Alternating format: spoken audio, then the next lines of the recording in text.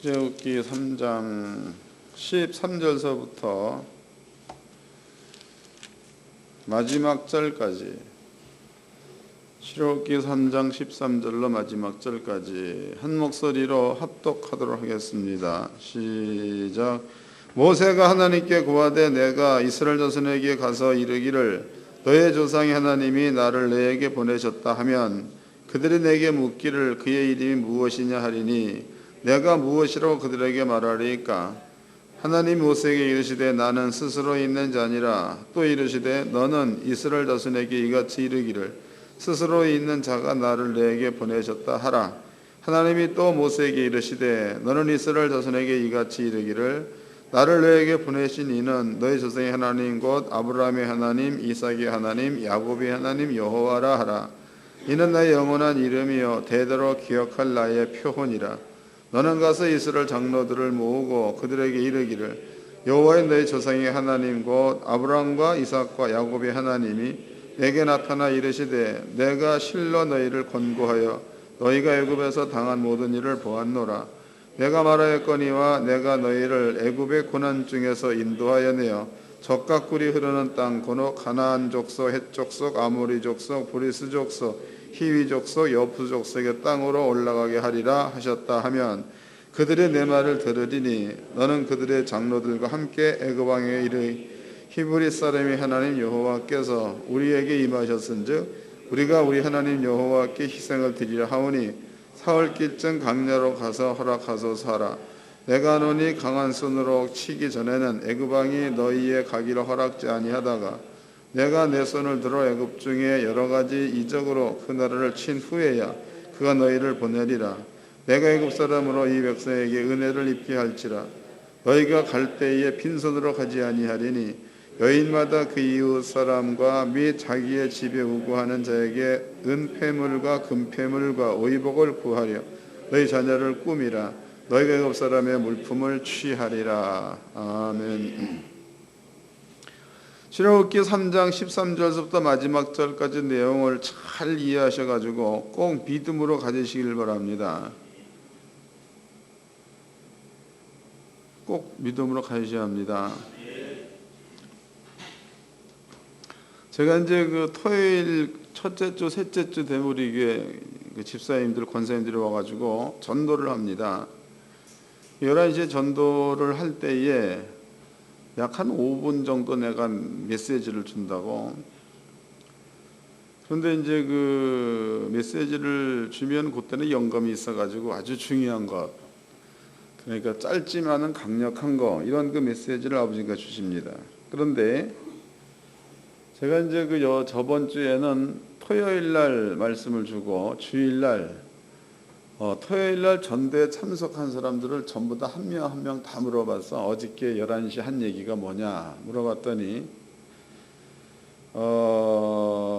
그때 아마 한 7, 8명 정도가 전도로 나왔는데 대답한 사람이 두 사람이야.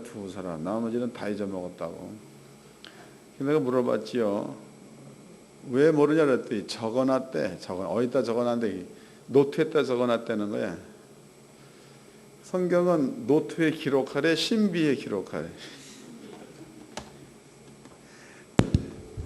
여러분들도 노트에 기록하지 말고 마음속에 기록하세요. 그 노트에 맨날 기록해놔봤자 무효야, 무효. 오늘은 좀 폭넓은 얘기를 좀 해야 되겠습니다. 출애굽기 3장을 접어놓으세요. 그 다음에 고린도 후서를 보겠습니다. 12장.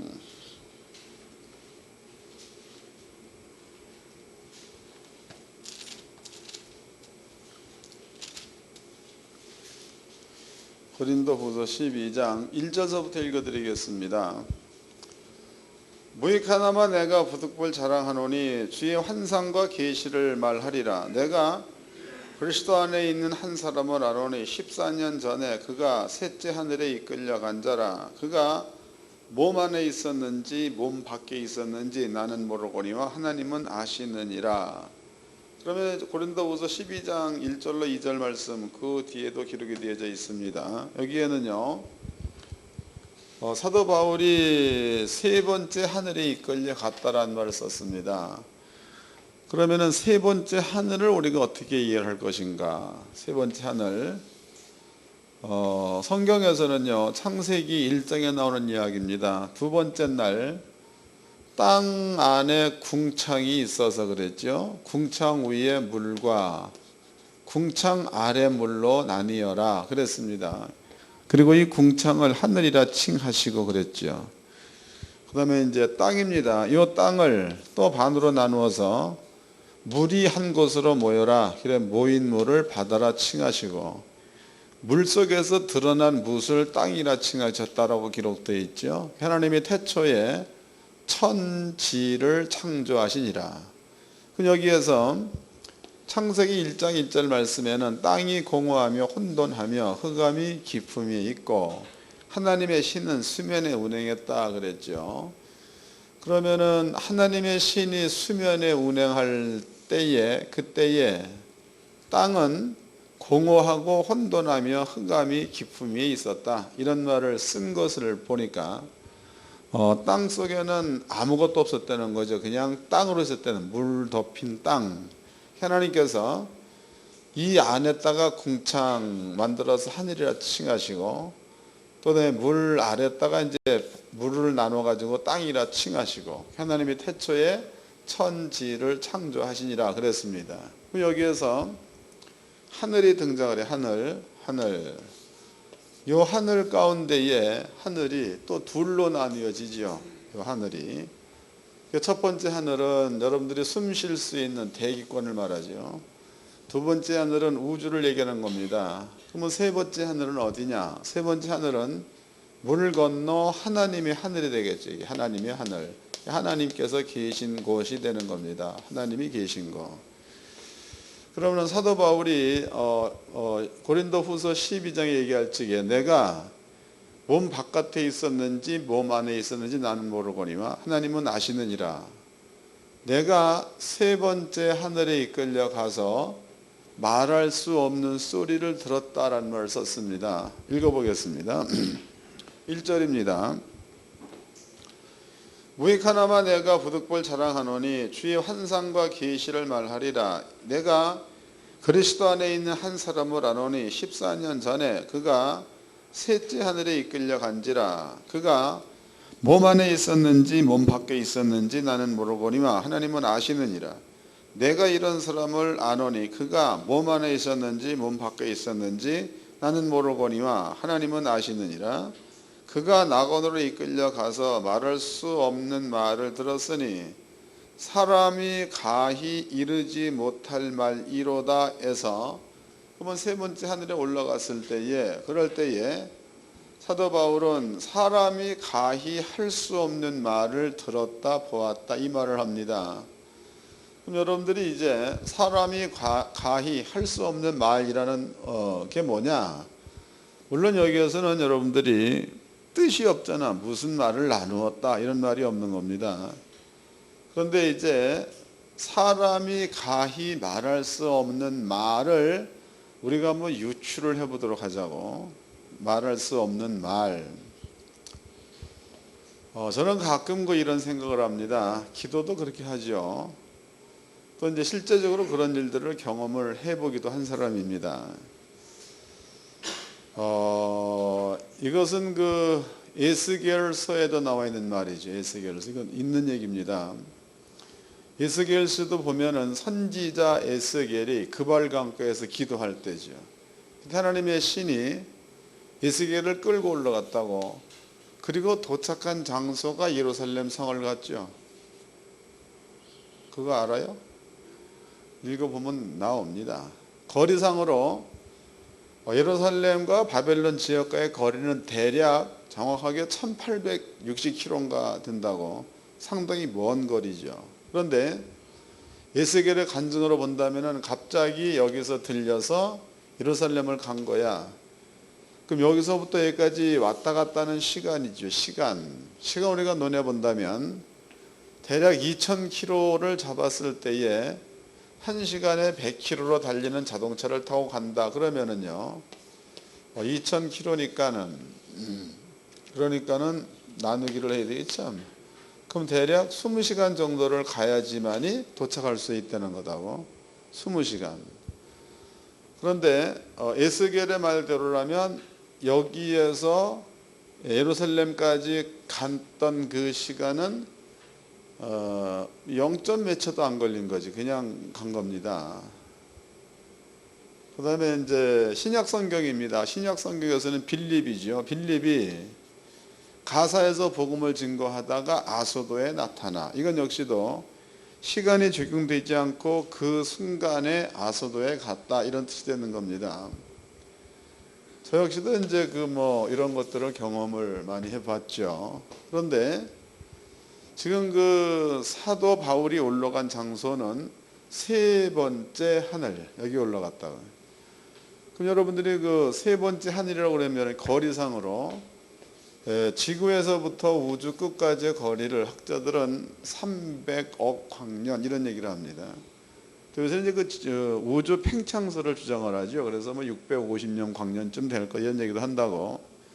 그 이 말은요, 빛의 속도로 따가 300억 년을 가야 우주 끝에 도달할 수가 있다, 그 말이다고. 300억 년을 가야. 그 다음에 이제 그러면은 우주에 있는 그 블랙홀이 가령 20억 광년 떨어졌다. 그러면은요, 블랙홀 주변에 있는 그 성원, 은하계 이런 것들이 우리 눈에 들어올 때는 20억 년 전에 출발된 빛이 20억 년 후에 우리 눈에 보이는 거다고. 여러분들이 지금 무슨 자리 이런 것들을 본다. 그 경우에 거기에 그 광년에 적용될 때는 벌써 20억 년 전의 일을 20억 년 후에 보는 거다, 그 얘기입니다. 감이 잡히는 건가요?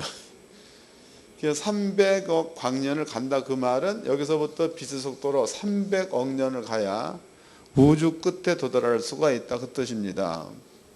하나님께서는요, 이 엄청난 거리를 하나님이 다니실 때에는 하나님에게는 시간이 적용이 안 되는 거죠. 시간이 적용이 안 되는 나라가 하나님의 나라입니다. 그럼 하나님 나라에서 얘기할 때에 만약에 하나님과 천사가 얘기한다고 쳐보자고. 야, 가브리엘아, 너 뉴욕 갔다 왔냐? 그랬다고. 그러면 아버지 나라에서 뉴욕 가려면 몇 년 가야 되는 거야? 300억 광년 가야 나오는 거지.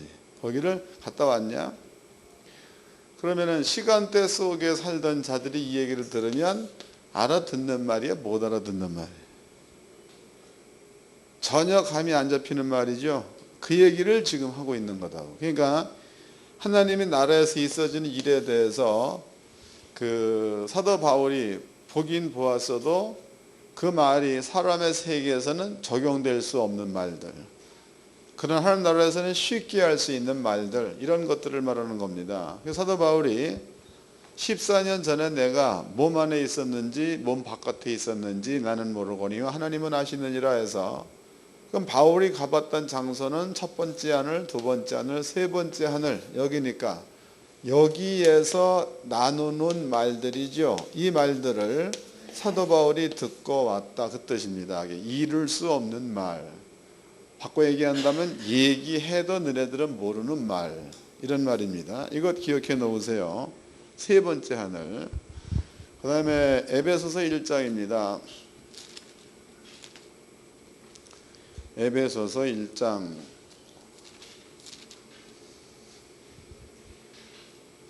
4절 읽어드리겠습니다. 에베소 1장 4절. 그 창세 전에 그리스도 안에서 우리를 택하사 우리로 사랑 안에서 그 앞에 거룩하고 흠이 없게 하시려고 그 기쁘신 뜻대로 우리를 예정하사 그랬습니다. 그럼 여기에 이제 사도 바울이 창세 전이라는 말을 써요. 창세 전.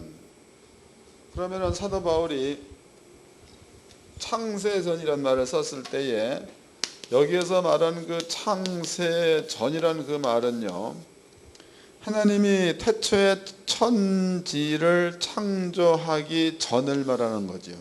창세 전. 이해됐죠? 또 찾아보겠습니다.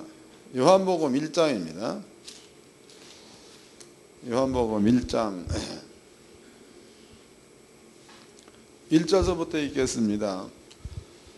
태초에 말씀이 계시니라. 이 말씀이 하나님과 함께 계셨으니 이 말씀과 하나님이시니라. 2절 그가 태초에 하나님과 함께 계셨고 만물이 그로 말미암아 지은 바 되었으니 지은 것이 하나도 그가 없이 된 것이 없느니라 해서 여기에 이제 그 태초에 하나님이 말씀으로 천지를 창조했다 이렇게 나와 있습니다. 그럼 이제 요한복음 1장에서는 태초란 말이에요. 태초. 그러면은 창세 전이란 단어와 태초라는 그 단어를 비교해 본다면 태초보다 창세 전이 앞선 말입니다. 감이 잡히죠? 태초보다 창세 전이 앞선 말. 그 다음에 창세전 뒤에 나올 수 있는 말이 태초다 이 말이. 태초라는 것은 하나님이 천지를 창조할 시점, 이게 태초. 창세전이라는 그 말은 천지가 창조되어지기 전 이렇게 이제 표현하는 거니까 창세전 태초라는 그 말은 이런 뜻을 품고 있는 겁니다. 그럼 사도 바울이 창세전에 그리스도 예수 안이란 말을 썼으니까 하나님께서는요 창세전에 그리스도랬다. 그리스도 예수란 말을 썼죠. 하나님께서 창세전에 천지가 창조되기 이전에 하나님께서 예수 안에서 우리를 구원하시기 위해서 뭔가를 계획을 세웠다 이 말이죠. 다시 읽어보자고. 이제는 에베소서를 보겠습니다. 1장 에베소서 1장 여러분들이 이 말씀만 잘 깨달으면 평생 편합니다. 평생. 1장 3절서부터 읽겠습니다.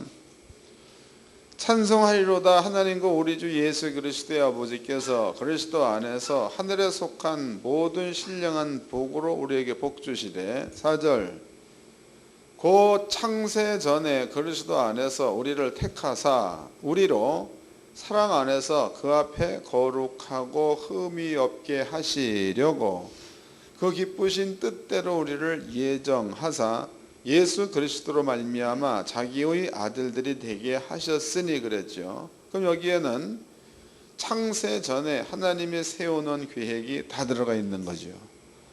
창세 전에 그리스도 안에서 우리를 택하사 우리로 사랑 안에서 그 앞에 하나님 앞에 거룩하고 흠이 없게 하시려고.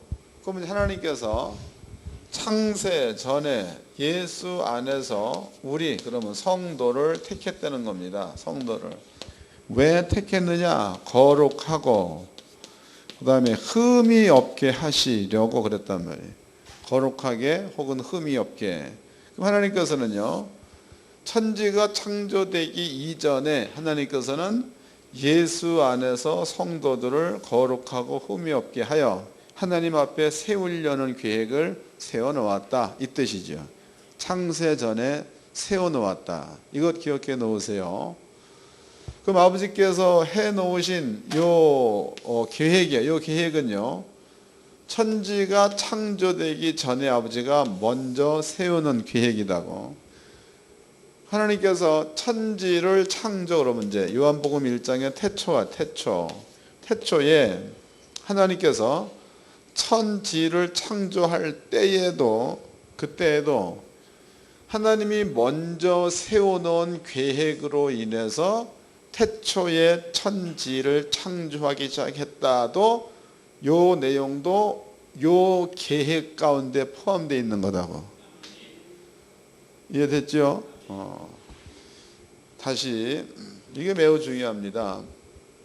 하나님께서 창세전에 세우는 계획, 천지를 창조하기 이전에 아버지가 창세전에 그리스도 예수 안에서 우리를 거룩하고 흠이 없게 해서 하나님 앞에 세우려는 계획을 아버지가 세워놓았다. 창세전에.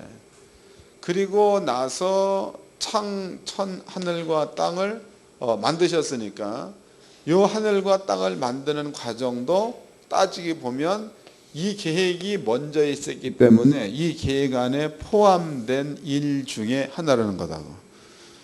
그 다음에 또 읽겠습니다. 성경적으로 봅시다. 창세기입니다. 창세기 3장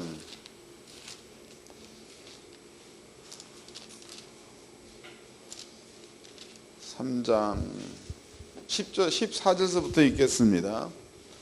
창세기 3장 14절. 하나님이 뱀에게 이르시되 내가 이렇게 하였으니 내가 모든 육축과 들의 모든 짐승보다 더욱 저주를 받아 배로 다니고 종신토록 흙을 먹을지니라. 내가 너로 여자와 원수가 되게 하고 너의 후손도 여자의 후손과 원수가 되게 하리니 여자의 후손은 내 머리를 상하게 할 것이요 너는 그의 발꿈치를 상하게 할 것이니라 하시고 해서, 그럼 여기에 이제 여자의 후손이 등장을 해요. 여자의 후손이 등장을 하죠. 물론 여자의 후손은 성경대로 짚어본다면 예수다고. 여자의 후손, 이 말을 이제 누굽니까? 그죠? 모세 때로 창세기를 모세가 쓴 거니까 모세 때로 본다 그러도 대략 한 2000년 전에 있었던 사건이라고, 이게 모세 때로부터도. 그다음에 이제 이사야서입니다. 이사야서 7장입니다.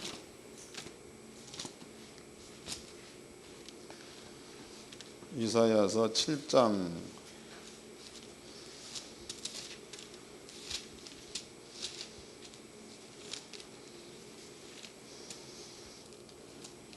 14절 읽어드리겠습니다.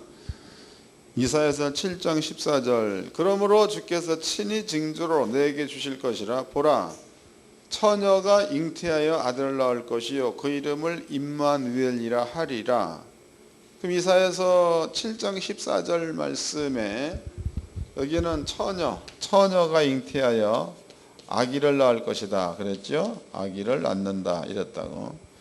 그러면 처녀가 잉태해 아기를 낳을 때에 그 아기 또한 예수라는 거죠. 예수. 그 다음에 마태복음입니다. 마태복음 2장 1절서부터 읽겠습니다. 헤롯 왕 때 예수께서 유대 베들레헴에 나심에 동방으로부터 박사들이 예루살렘에 이르러 말하되 유대인으로 왕으로 나신 이가 어디 계시냐? 우리가 동방에서 그의 별을 보고 그에게 경배하러 왔노라 해서, 그러면은 1장 23절 말씀에는 이사야의 글을 얘기해 놓고 2장 1, 2, 3절에서는 이사야의 말대로 예수가 왔다는 것을 표현하고 있습니다.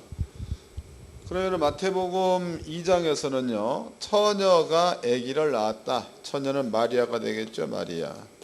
그 마리아가 아기를 낳았을 때 이름을 예수라고 하여라. 가브리엘이 그렇게 증거를 해 주었다 이 말이. 그리고 이 이야기들은 우리가 오지 않는 세계를 본다 이게 아니고, 이 성경은 이미 지나간 것들을 경을 통해서 읽는 거니까, 성경은 오지 않는 세계를 보는 게 아니고 이미 지나간 세월을 보는 겁니다. 그러면 성경에 여자의 후손, 마태복음에서는 예수, 또 이사야서에 처녀가 아기를 낳을 거다, 마태복음에서는 예수, 마태복음에서는 처녀가 아기를 낳았다, 이름을 예수로 하라 그런 겁니다. 그러면 이 모든 내용 역시도 사도 바울의 말대로라면 창세전에 그리스도 안에서 우리를 거룩하고 흠이 없게 하여 하나님 앞에 세우기 위해서란 말을 썼으니까 요 계획 역시도 창세전에 하나님이 세워놓은 계획 가운데에 포함되어 있는 얘기가 되겠죠. 시간으로 본다면 예수님 때로부터 아담 때까지 4,000년이에요. 4,000년. 그 다음에 이제 우리는 이미 창세기를 공부할 때 하루 여기서 그때는 6일을 들어서 증명해 드렸죠. 6일. 그러니까 첫 번째 날은 하나님께서 말씀으로, 두 번째 날은 궁창을 만들고, 세 번째 날은 식물들 만들었죠. 네 번째 날에는 해와 달과 별을 만들고, 다섯 번째 날에는 물고기하고 새를 만들었나? 여섯 번째 날에는 사람과 동물을 만들었습니다. 그런데 여섯 번째 날 아담도 만들고, 여섯 번째 날 동물도 만들었죠.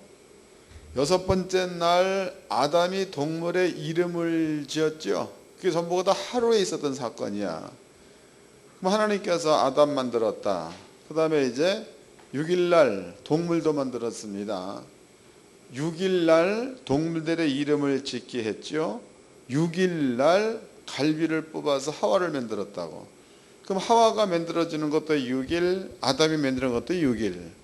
하와를 만들 때까지 그 기간 동안에 동물을 만들고 동물의 이름을 짓고, 이런 모든 것들이 6일날 있었던 사건이니까 그 6일은 결코 우리가 생각하듯이 24시간은 아니라는 거죠. 아니다. 때문에 이 시간대는 몇천 년 될 수도 있는 거고, 사도 베드로의 말로 미뤄본다면 하나님의 날은 하루가 1000년 같고, 아무리 안 돼도 1000년 넘어갈 수 있다는 얘기죠. 그래서 우리 6일날 하루인데 그 하루의 시간대가 결코 작은 시간은 아니라는 거, 이런 것도 설명해 드렸습니다. 그러면 대략 우리가 본다고 해도 예수님 때로부터 아담 때까지 사람의 시간대로 4000년, 아담이 만들어지고 타락하기까지 그때 뭐 대략 잡아서 2억도 2억 년도 넘어가. 하여튼 뭐 수십억 년이라고 보자고. 수십억 년. 이렇게 보았을 때에 그럼 하나님의 계획이야. 계획은 이렇게만 따져본다라도 수십억 년 전에 세워놓은 계획을 수십억 년 동안에 하나님은 시행하고 계시다, 그 말이죠. 이해가 되세요? 수십억 년 전에, 그러니까 천지가 창조되기 전 그때에 하나님이 그리스도 예수 안에서 우리를 거룩하고 흠이 없게 하시려고 계획을 세워놓은 겁니다. 그 계획을 하나님께서 이루시기 위해서 이 엄청난 시간 동안에, 사람은 나고 죽고를 반복한다고 해도 하나님은 하나님이 세워놓은 계획을 이루시기 위해서 그 수십억 년 동안을 계속 일하셨다가 되지요. 하루도 안 쉬고 계속 일하신 겁니다. 그리고 그 수십억 년 동안에 하나님은 당신이 세워놓은 뜻이야. 이 뜻을 창세기 3장에서 여자의 후손, 그 다음에 이사야서 7장 말씀에서 처녀가 아기를 낳을 거다, 그 다음에 마리아가 예수를 낳았다, 이런 차원에서 보았을 때에 하나님께서는 수천 년이 지나간다고 그래도, 수십억 년이 지나간다고 그래도 당신이 세워놓은 뜻을 차근차근 전부가 다 이루어 오셨다는 것이 증명된 거죠. 하나님이 세워놓은 계획은 하나님 무조건 이루어 가신다, 믿으시기를 바랍니다. 여러분께 이제 아버지께서는 계획을 이루는 분이라는 것에 대해서 대략 설명해 드렸습니다. 그 다음에 이제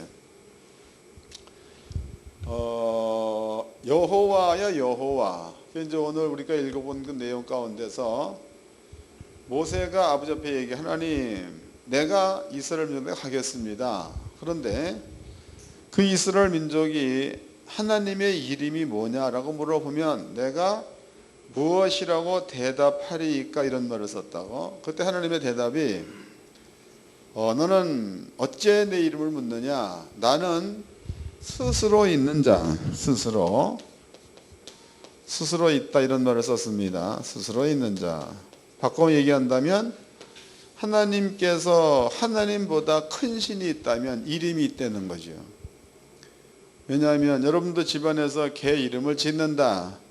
그럼 오래전에는 그 똥개 이름은 거의가 다 독구 아니야. 그리고 이제 똥개 이름이 거의가 다 월이지요, 월이. 그 세월이 지나면서 이름을 예쁘게 짓잖아. 그래서 예쁜 강아지는 예쁘니, 미운 강아지는 미우니, 이렇게 이름을 짓습니다. 그 이름은 주인만 짓잖아.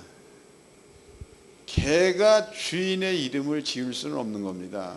이런 것처럼 하나님보다 더 큰 하나님이 있다면 이름이 있겠지. 지어줄 신이 있으니까. 그럼 하나님보다 더 큰 신이 없으니까 하나님의 이름이 없는 겁니다. 하나님께서 모세가 묻습니다. 하나님의 이름을 무엇이라 말하리까? 아버지의 대답이 네 어찌하여 이름을 묻느냐? 기가 막힌 질문이죠. 그때 하시는 말씀이 나는 스스로 있는 자다. 이름이 없다. 그 말이에요. 스스로 있는 자의 말이 여호와야. 이해되세요? 스스로 있는 자의 말이 여호와입니다. 그래서 여호와다라고 알려줬어. 결과적으로 여호와라는 그 말은 이름은 원래는 이름이라 할 수 없는 겁니다. 스스로 있는 자. 그 다음에 이제 스스로 있는 자 여호와. 그 다음에 너희의 조상이 하나님 그랬죠. 그래서 조상 아브라함과 그 다음에 이제 이삭과 그 다음에 야곱의 하나님 이런 말을 썼습니다. 아브라함과 이삭과 야곱의 하나님 여호와 이랬단 말이에요. 그럼 아브라함과 이삭과 야곱의 하나님이라는 그 말은 하나님께서는 살아서 살은 자를 돕는 신. 다시 아브라함이 죽었습니다. 하나님이 도울 일이 없잖아. 아브라함이 살아있으면 도울 일이 있는 거다고. 아브라함이 아프다. 그러면 하나님을 찾지요. 하나님 아픕니다. 내가 고쳐주마. 필요한 거다고. 하나님은 예수께서 말씀하셨습니다. 하나님은 죽은 자의 하나님이 아니라 하나님은 산 자의 하나님이다. 이런 말을 썼다고. 그럼 여기에서 아브라함이라는 자, 이삭이라는 자, 야곱이라는 자 여기에는요 예수 그리스도의 족보의 이름이 다 들어가 있어. 이 사람들이 마태복음 보겠습니다. 가까운 걸 봐야지. 마태복음 1장입니다. 1절 아브라함과 다윗의 자손 예수 그리스도의 세계라.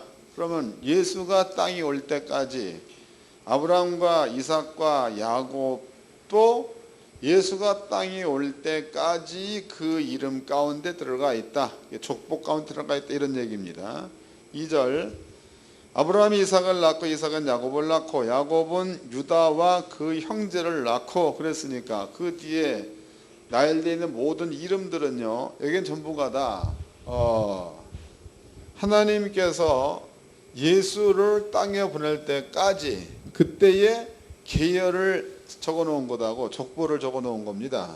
그러면 하나님께서 창세전에 그리스도 예수 안에서 우리를 택하사 해서 여기에서 아브라함도 하나님이 세워놓은 계획 안에 들어간 자, 이삭도 하나님이 세워놓은 계획 가운데 들어간 자, 야곱도 하나님이 세워놓은 계획 가운데 들어가 있는 자.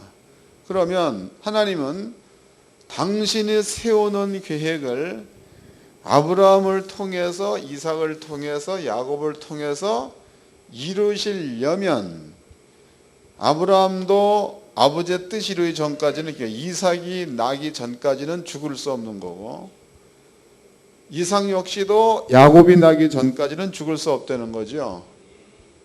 그러면은 그것을 죽지 않도록 그러니까 아브라함 때에 이삭이 올 때까지 죽으면 안 되는 거니까 그때까지 하나님은 아브라함을 보호해 줘야만 되는 거죠. 보호해 줘야 된다. 근데 그 보호가 아브라함이 이뻐서야 당신의 뜻을 이루기 위해서야.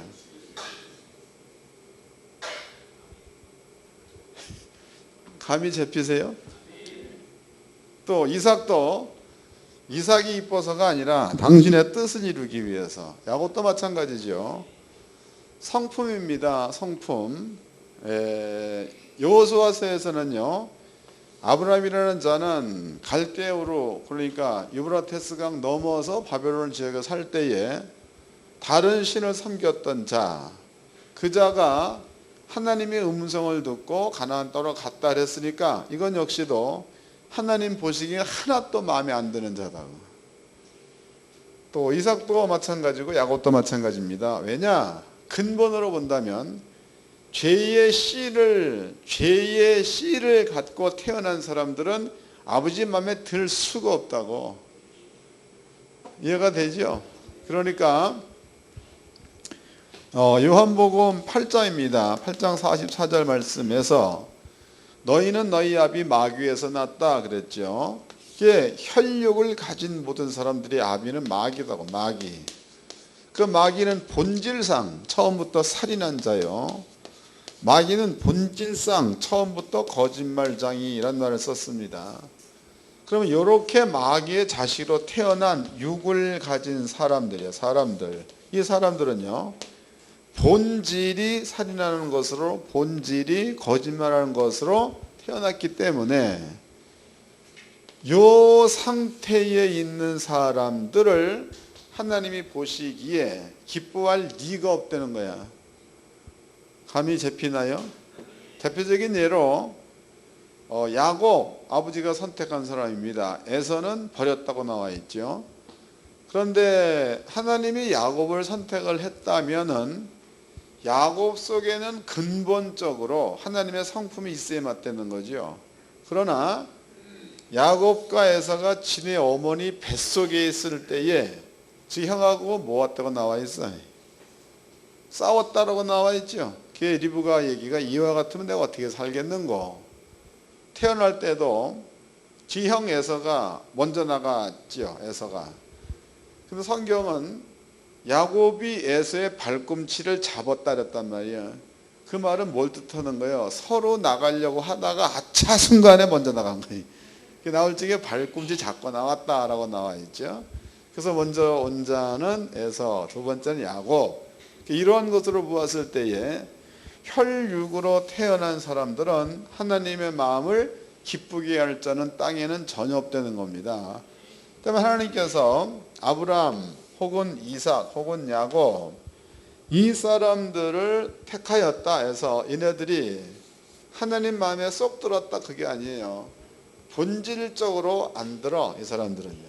그런데 하나님께서는 창세 전에 이 사람들이 태어나기도 이전에 그리스도 예수를 땅에 보내서 이 사람들을 구원할 만한 계획을 아버지가 세워놓았기 때문에 그 계획을 이루는 데 필요한 자들이 이 사람들이라고.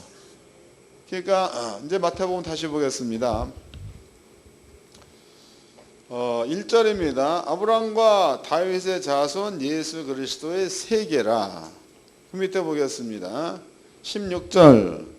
야곱은 마리아의 남편 요셉을 낳았으니 마리아에게서 그리스도라 칭하는 예수가 나시니라 해서 16절까지 나열된 모든 사람들은 하나님의 뜻을 이루기 위해서 하나님이 쓴 자들이라고.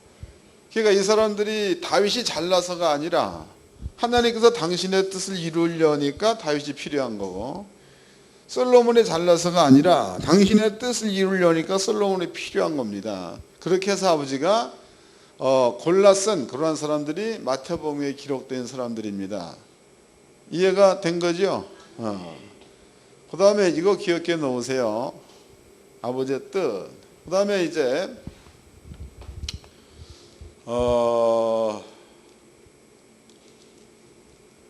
빌립보서입니다. 빌립보서 2장입니다. 빌립보서 2장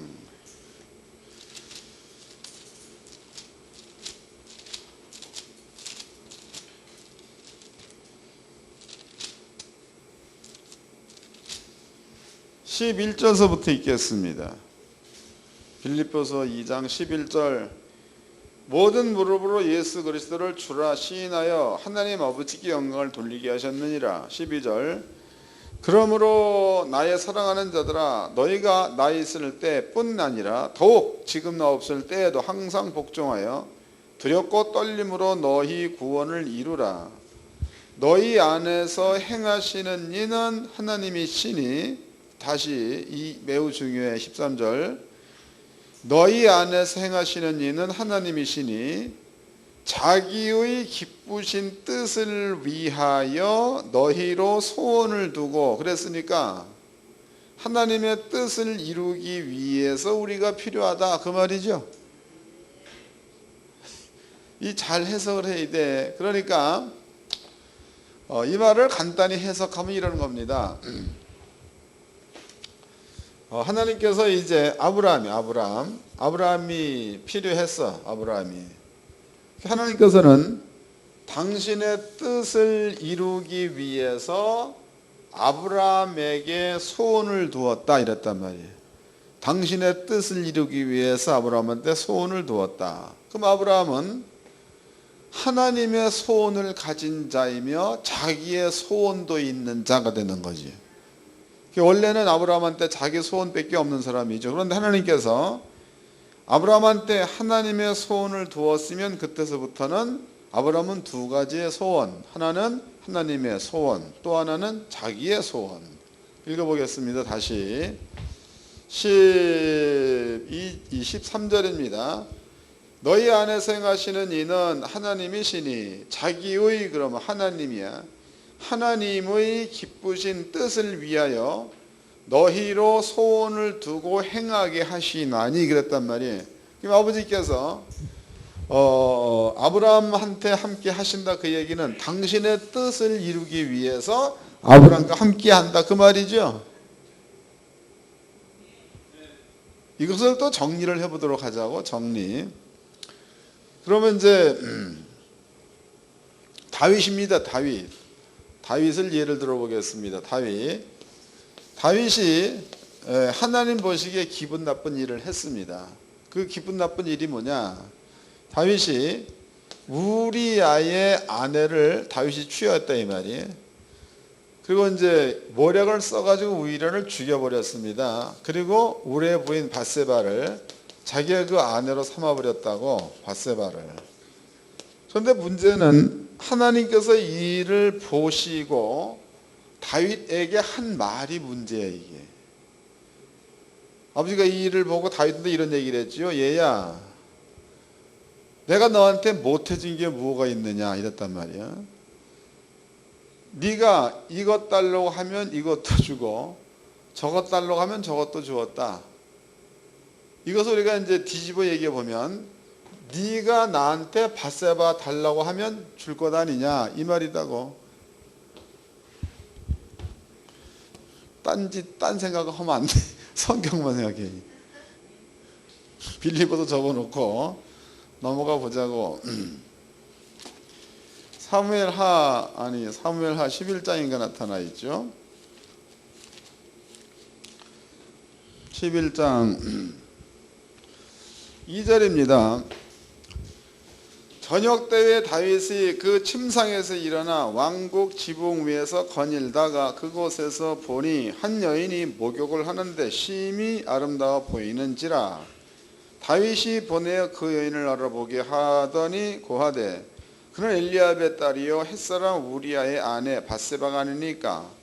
다윗이 사절을 보내어 저를 자기에게로 데리고 오게 하고 저가 그 부정함을 깨끗하게 했으므로 더불어 동침하며 저가 자기 집으로 돌아가니라. 그러니까 이제 우리아의 부인과 동침을 했다라고 나와 있죠. 이 일이 하나님께 들켜버렸습니다. 저는 몰래 한 건데 아버지가 알아버렸죠. 그 다음에 이제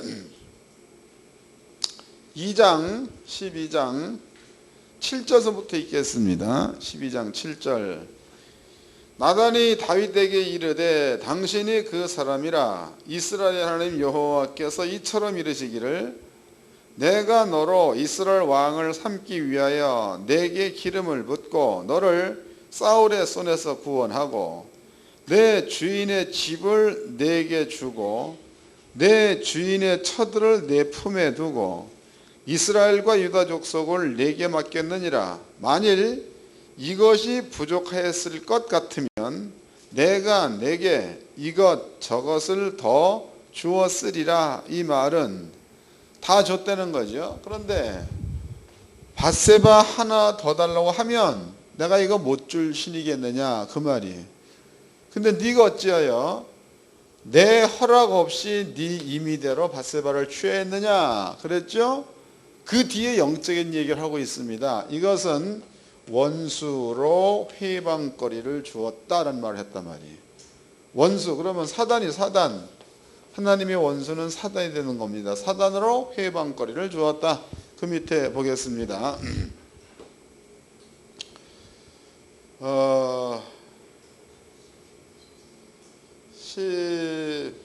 14절 이 일로 인하여 여호와의 원수로 크게 회방할 거리를 얻게 했으니 당신이 낳은 아들이가 정녕 죽으리이다 그랬단 말이에요. 그러니까 하나님의 원수로 회방할 거리를 주었다 이런 말을 썼죠. 바꿔 얘기해 본다면 하나님 몰래 지 뜻을 이루는 것은 원수로 역사하게 만드는 행위가 된다 이 말이죠. 설명됐죠? 그럼 여러분들이 이제 다윗 같은 성품을 가졌다 그래도 여러분들이 스스로 해야 되는 거예요? 아버지 허락받고 해야 되는 거예요? 허락받으면 하나님이 그 일도 이루어준다요. 딴 데서 또 이제 밧세바 달라고 하라 또. 그러니까 주 안에서 여러분들은 사시기를 바랍니다. 그래서 하나님께서는 당신의 뜻을 이루기 위해서 다윗을 세웠다면 다윗을 향한 하나님의 보호는 무한됩니다. 중간에 끝나는 게 아니에요. 하나님께서 이제 아브라함의 하나님이요 이삭의 하나님이요 야곱의 하나님이다 그 얘기는 당신의 뜻을 이루기 위해서 선별된 자의 하나님이다 그 말이다고. 당신의 뜻을 이루기 위해서 선별된 자의 하나님. 그럼 아까 이제 빌립보서에서 사도 바울이 성령 받은 자 전체를 향해서 너희 안에서 행하시는 이는 하나님이다 그랬죠. 하나님. 그 하나님께서 당신의 뜻을 이루기 위해서 너희에게 소원을 두었다 이런 말을 썼습니다. 하나님의 뜻을 이루기 위해서 우리한테 소원을 두었다. 또 하나님께서는요 당신의 뜻을 이루기 위해서 우리 속에 임재해 계시고 우리를 통해서 당신의 뜻을 이루어야 되겠다라고 아버지가 결정해 버린 거다고. 그럼 아버지가 여러분 속에 들어와 있으면 여러분들의 뜻을 이루기 위한 거예요? 하나님의 뜻을 이루기 위해서 들어온 겁니까? 하나님의 뜻을 이루기 위해서 들어와 계신 분. 그런데 여러분들의 속에는 나름대로의 소망이 있는 겁니다. 다윗처럼. 그런데 하나님께서는 하나님의 뜻 쪽으로 가면 여러분들이 원하는 것은 다 준다야. 이해되세요? 하나님께서 당신의 기쁘신 뜻을 이루기 위해서 너희로 소원을 두었으니 그랬으니까 여러분들이 하나님의 뜻을 이루는 길을 택해서 가면 여러분들이 소원하는 것들은 아버지가 저절로 이루어지게 해주신다는 게 이 말씀인 줄로 깨닫기를 바랍니다. 이런 거예요. 그러니까 구약 성경에서는 아브라함과 요셉까지의 인원만 포함되어 있는데요. 신약 성경에서는 성령 받은 자들이라면 누구나 다 이런 말을 썼다고. 그러면 성령을 받고 난 다음에 하나님의 뜻은 뭐냐? 하나님의 뜻은 처음부터의 그 뜻은 같은 겁니다.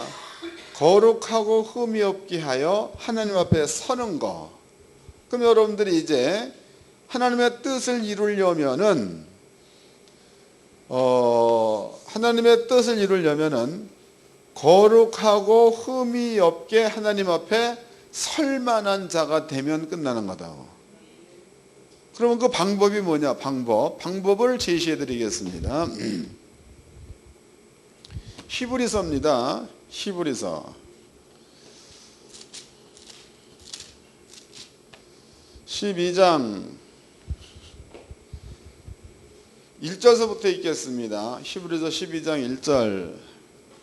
그러므로 우리에게 구름같이 둘러싼 허다한 증인들이 있으니 모든 무거운 것과 얽매이기 쉬운 죄를 벗어버리고 인내로서 우리 앞에 당한 경주를 경주하며 믿음의 주여 또 온전케 하시는 이인 예수를 바라보자.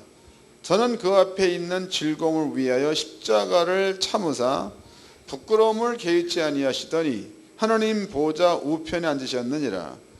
저희가 피곤하여 낙심치 않기 위하여 죄인들을 이같이 자기에게 거역한 일을 참으신 자를 생각하라. 너희가 죄와 싸우되 아직 피 흘리기까지는 대항치 아니하였고 그랬죠. 그러니까 사도 바울의 얘기가 너희가 죄와 싸우되 피 흘리기까지 대항하지 않았단 말을 썼습니다. 그러면 이제 문제는 죄가 뭐냐, 이 죄. 죄가 뭐냐? 죄와 싸울 때에 피 흘리기까지 대항치 않았다 그랬으니까 죄가 뭐냐? 사도 바울이 죄라고 얘기한 겁니다. 죄라고 얘기한 이것은 예수님이 십자가에 죽어버린 속에 포함되어 있는 죄를 바울은 죄라고 안 합니다. 뭔 말인지 아세요? 그러니까 예수님께서 세상 죄를 짊어지고 죽었죠. 여기에는 죄값이 치러진 거다고. 때문에 이 죄와 싸우되 피 흘려가야 싸우란 말을 안 해. 왜? 예수가 이미 피를 흘려버렸으니까. 이건 피 흘릴 이유가 없는 거죠. 그러면 이제 이 사건이 끝난 다음에 예수님께서 경계한 죄가 있어요. 예수님이 경계한 죄. 그게 뭐냐고 읽어보자고. 요한복음 16장입니다. 예수님이 경계한 죄.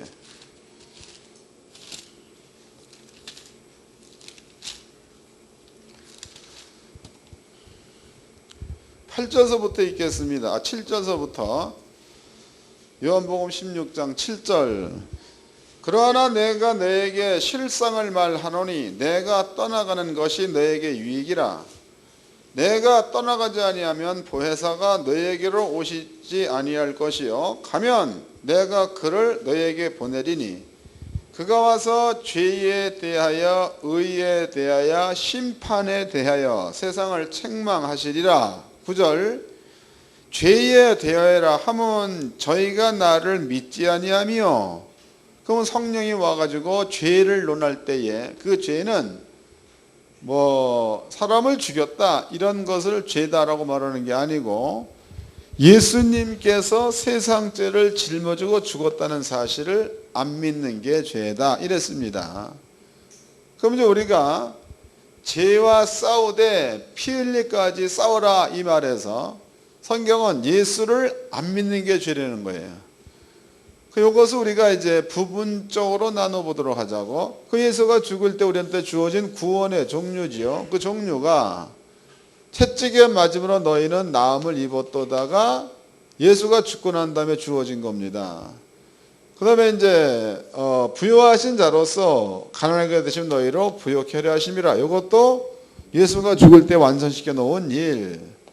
모든 시험은 예수가 짊어지고 갔다라고 나와 있죠. 그 다음에 능력은 이때 또 우리한테 있답니다. 있다. 그러면은 이러한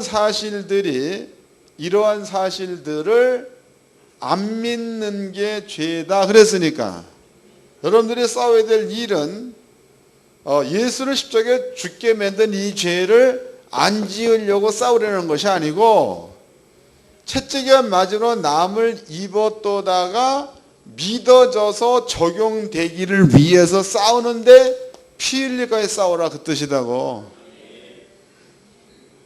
그러니까 싸워야 될 목적이 확실히 이해가 되신 거죠. 그럼 이것은요 하나님께서 우리를 거룩하고 흠이 없게 세우기 위해서 완성시켜 놓은 일이라는 겁니다. 여러분들이 이러한 일을 하기 위해서 피 흘리기까지 싸우는 이러한 자리에 머물러 있으면 하나님께서는 당신의 기쁘신 뜻을 위하여 우리에게 소원을 두었다 그랬으니까 여러분들이 이 자리에 머물러 있으면 하나님께서 여호와, 이름이 여호와, 그 다음에 이제 아브라함이 하나님, 이삭의 하나님, 야곱의 하나님 여호와라 그랬으니까 아브라함 살아있는 동안에 아브라함을 구원해서 당신의 뜻대로 이끌어 가신 그 말이죠. 이삭이 살아있는 동안에 이삭을 통해서 당신의 뜻대로 이끌어 가신, 야곱이 살아있는 동안에 야곱을 통해서 당신의 뜻대로 이끌어 가신 그런 하나님이니까 하나님은 절대로 아브라함이나 이삭이나 야곱을 놓지 않는다는 겁니다. 그럼 여러분들이 성령을 받아서 이 말씀을 믿는 믿음 가운데 있고 이 말씀을 이루어내는 데에 피 흘리기까지 싸우는 자리에 머물러 있으면 하나님께서는 여러분들의 하나님이 돼가지고 이 뜻을 이루게 하기 위해서 아버지는 최선을 다한다, 이 뜻이 되겠죠. 이해가 된 겁니까? 그러니까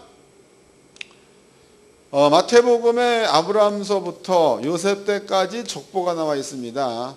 여기에는 창세 전에 하나님께서 세우는 뜻이야. 이 뜻을 이루기 위해서 이 사람들이 필요한 거고, 그 다음에 이제 신약 성경에 와서 하나님께서 이 뜻을 이루기 위해서 우리가 필요한 거다고. 그럼 아버지께서 당신의 뜻을 이루기 위해서 이 사람들이 필요로 해서 이 사람들을 아버지가 끝까지 다음 때가 올 때까지 지켜준 것 같다면, 여러분들에게도 이 뜻이 이루어지는 자리에 머물러 있으면 아버지 여러분들을 끝까지 지킨다는 의미가 되겠죠. 그 얘기예요. 그래서 이러한 것 가운데 머물러 있을 때에 딴 생각하지 말고 하나님의 뜻을 이루기 위해서 최선을 다하면 여러분 속에 있었던 소원은 저절로 아버지가 네가 이것 달라면 이것도 주고 그랬으니까 저절로 아버지가 준다는 의미가 되는 겁니다. 여기는 모든 게 포함이 다 돼 있는 거예요. 예수님께서는 무엇이든지 그랬으니까. 읽어보자고. 요한복음 14장입니다.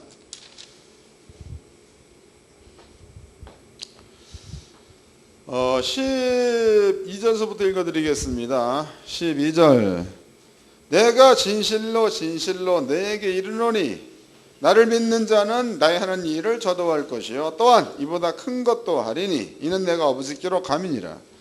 너희가 내 이름으로 무엇을 구하든지 내가 시행하리니 이는 아버지로 하여금 아들을 인하여 영광을 얻으시게 하려 함이라. 한번 14절.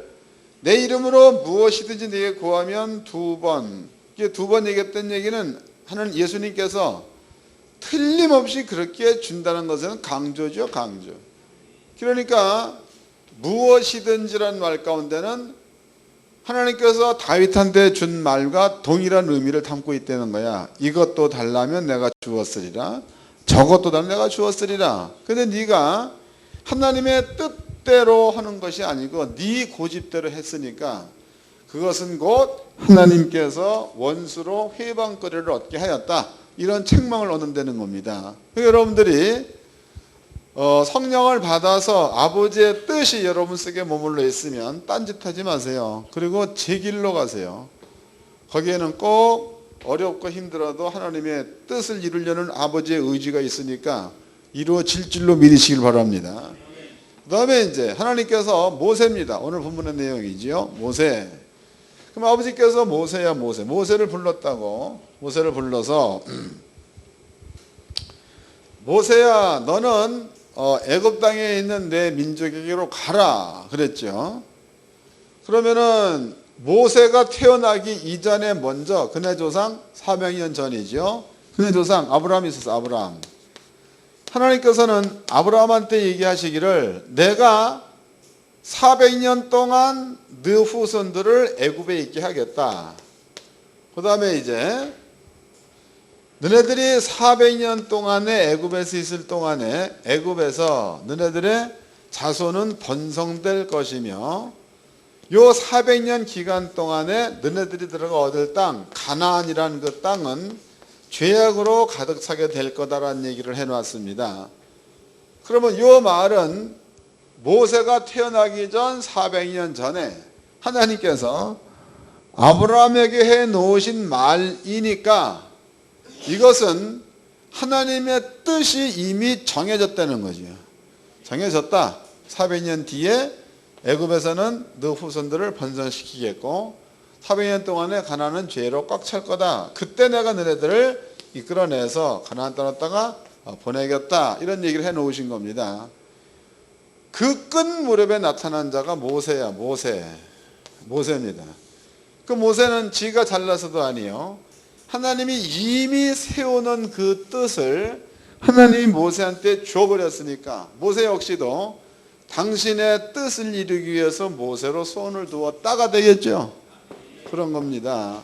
그러니까 목사님들이 하나님의 뜻이 뭔지 분별을 잘하고 그 양반이 세워놓은 계획은 틀림없이 이룬다. 내가 그 창세전을 설명해 드린 이유가 그래서 설명해 드린 겁니다. 수십억 년이 지나도 잊어먹지 않고 계속 이루신 하나님이다 그 말이. 여러분들이 이 사실이 믿어져서 여러분께 아버지의 뜻이 있다, 아버지의 소원이 여러분께 있다. 그러면은요, 당신은 그 뜻을 이루기 위해서 여러분들을 위해서 열심으로 일을 하시는 분인 줄로 믿으시기를 바랍니다.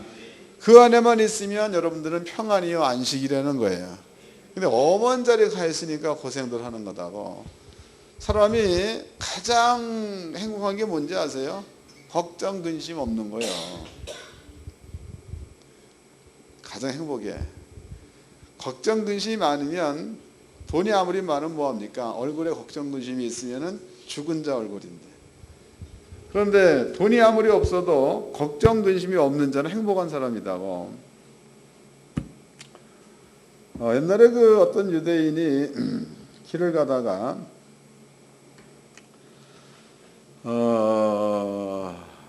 술 취한 자한테 멀쩡한 사람이 가서 뭔가를 떠드는 소리를 들었다는 거죠. 그래서 물어봤다는 거예요. 뭐가 이렇게 쏘곤쏘곤 얘기를 합니까? 그랬더니 그 양반 하는 얘기가 되게 옛날에 술꾼이었다는 거죠.